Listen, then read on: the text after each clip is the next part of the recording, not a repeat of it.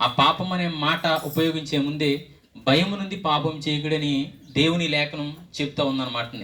అయితే చాలామంది పాపం అనే మాటకు వచ్చేటప్పటికి కొందరికి ఏమవుతుందంటే కొద్దిపాటిగా కొంచెం కోపం రావచ్చు, లేదా ఎబ్బెట్టుగా ఉండవచ్చు. అసలు ఈ పాపం అనేది ఏ విధంగా ప్రారంభమైందంటే, ఆదిలో దేవుడు మానవుని సృజించినప్పుడు ఆ మానవుడు దేవునికి వ్యతిరేకంగా తాను చేయవలసిన కార్యం కాకుండా దేవునికి వ్యతిరేకమైన కార్యాలు చేయడం వల్ల దేవునికి అతనికి మధ్య వ్యత్యాసం కలిగిందనమాట అండి.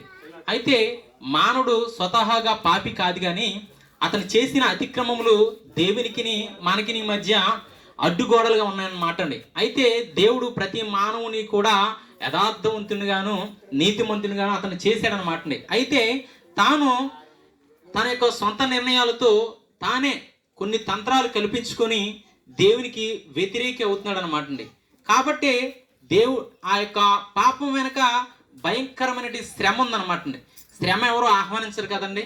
సంతోషాన్ని అయితే అందరూ ఆహ్వానిస్తారు, కానీ శ్రమను కానీ బాధను కానీ ఎవరు ఆహ్వానించరు అనమాట. అయితే ఈ పాపం వెనకాల ఉన్నటువంటి శ్రమ ఏంటంటే, మీరు నేను అనుకున్నంత చిన్నది కాదు, అలా అని చెప్పి పక్క తొలగించుకున్నటువంటి తక్కువ బరువు కలిగి లేదనమాట అండి. దీని బరువు ఎంతగా ఉందంటే, అగ్ని ఆరని పురుగు చావనేటువంటి ప్రదేశానికి వెళ్ళేంత భారంగా ఉందన్నమాట అండి. అది ఎలా ఉంటుందంటే, ఒక వ్యక్తిని ఏదైనా ఒక చెరసాల్లో పడేసామనుకోండి, ఆ వ్యక్తి ఒక రోజులో వస్తాడు లేదా ఒక సంవత్సరంలో వస్తాడని మనం అనుకోవచ్చు.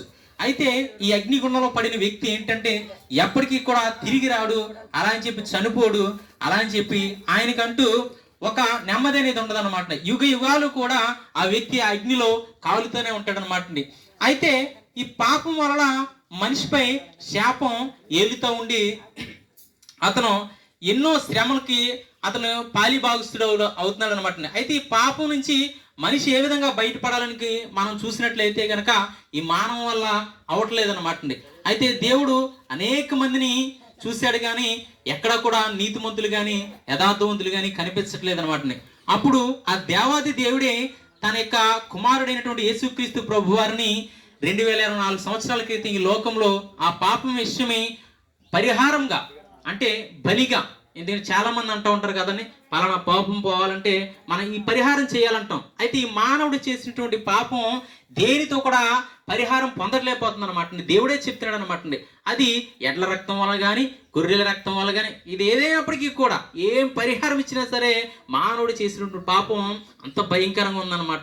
అయితే అది మనం అనుకోవడానికే కానీ అది దేవుని దృష్టిలో అంత గొప్పగా ఉందన్నమాట. మనం ఏమనుకుంటామంటే చాలా సింపుల్గా తీసుకుంటాం. అయితే ఈ పాపాన్ని తీసివేసి ఆ నిత్య నరకం నుంచి నిత్య రాజ్యంలోకి చేర్చడం కోసం తన దేవాది దేవుని కుమారుని ఇక్కడికి పంపించి మానవులందరి మధ్యన కూడా అతను బలి అయ్యి తిరిగి లేచి సజీవుడై మీ కొరకు నేను తిరిగి వస్తాను, అప్పుడు ఈలోగా ఎవరైతే ప్రభువైన యేసుక్రీస్తు విశ్వాసం ఉంచి నమ్మకం ఉంచి ఈయన మన పాపముల కొరకు మన కొరకు బలి అయినటువంటి దేవుడని, ఈయనే మన వరకు రక్తం కార్చి మనకి పరిహారం ఇచ్చాడని మనం నమ్మి విశ్వాసం ఉంచితే చాలండి. మనం ఏమీ కూడా ఆయన కొరకు ఎటువంటి బలి ఇక్కడ ఇవ్వాల్సిన పని లేదు, కానీ ఒకే ఒక్క నమ్మకం, ఆయన మన కొరకు బలి అయినటువంటి దేవుడిని మనం నమ్మగలిగితే గనక ఈ నిత్య నరకం నుంచి తప్పించి మనందరం కూడా దేవాది దేవుని పిల్లలై ఆయన యొద్ద యుగయుగాలు కూడా సంతోషంగా ఆయన పిల్లలుగా ఉండడానికి ఆయన అర్హత కల్పిస్తాడనమాట. ఎందుకంటే ఏ ఒక్కరు కూడా దొంగ ఇంట్లో ఉండాలని కోరు కదండి, మహారాజు ఇంట్లోనే ఉండాలని కోరుకుంటాడు. అయితే ఈ దేవాది దేవునికి ఆ పాపం వల్ల మనం విరోధం అయిపోతుంది అనమాట. అయితే ఆయనకి మనకి మధ్య ఏది అడ్డు లేదు, కానీ మన పాపమే అడ్డుగా ఉందన్నమాట. అయితే ఆ పాపం పోవాలంటే ప్రభువుని యేసుక్రీస్తు యందు విశ్వాసం ఉంచితే చాలన్నమాట. అటువంటి ప్రభుపై మనందరూ విశ్వాసం ఉంచుదాం. దేవాది దేవుని పిల్లలుగా నిత్య నరకం నుంచి తప్పించబడి నిత్య సంతోషంలో ఆ తండ్రి యొద్ద మన అందరం కూడా, మన కుటుంబాలు కూడా, మన పిల్లలు కూడా కలిసి ఆయనతో సంతోషిద్దాం. అట్టి కృప దేవుడు మన అందరికీ అనుగ్రహించును గాక.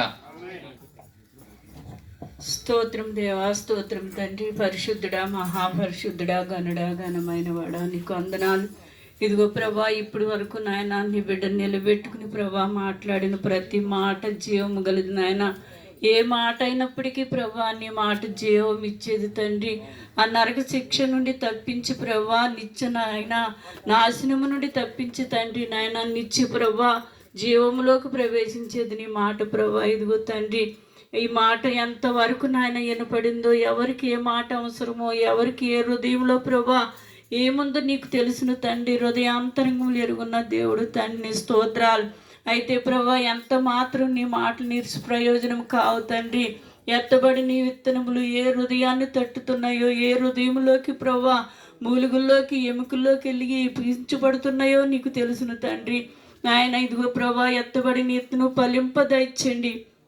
అలాగే ప్రభు అనేక ఆత్మలు నాయన నశించిపోకుండా నిత్య నరకము నుండి నిత్య జీవములోకి నాయన అడుగు పెట్టినట్లు నీ బిడ్డలందరినీ కూడా దర్శించి మాటల్లో మార్గం ఏమిటో వారితో పరిశుద్ధాత్మ నువ్వు మాట్లాడితే నీ వైపుకి తిరుగుతారు ప్రభా. అట్టి కృప ఈదిలో ఉన్న ప్రతి ఇంటికి నాయన, ప్రతి బిడ్డకి నాయన ఆ హృదయం అనే తలుపు ఎంత తట్టుతున్నాను అంటున్నావు నాయన. తలుపు తీయలేరు కానీ మీరు వెళ్ళి తలుపు తీసి లోనకి నాయన మీరే మాట్లాడి మహిమ తెచ్చుకోమని, ఎత్తబడి నిత్తును ఫలింపదయిచ్చేమని యేసుక్రీస్తు పరిశుద్ధ నామమున బతిమాలి వేడుకుంటున్నాం తండ్రి.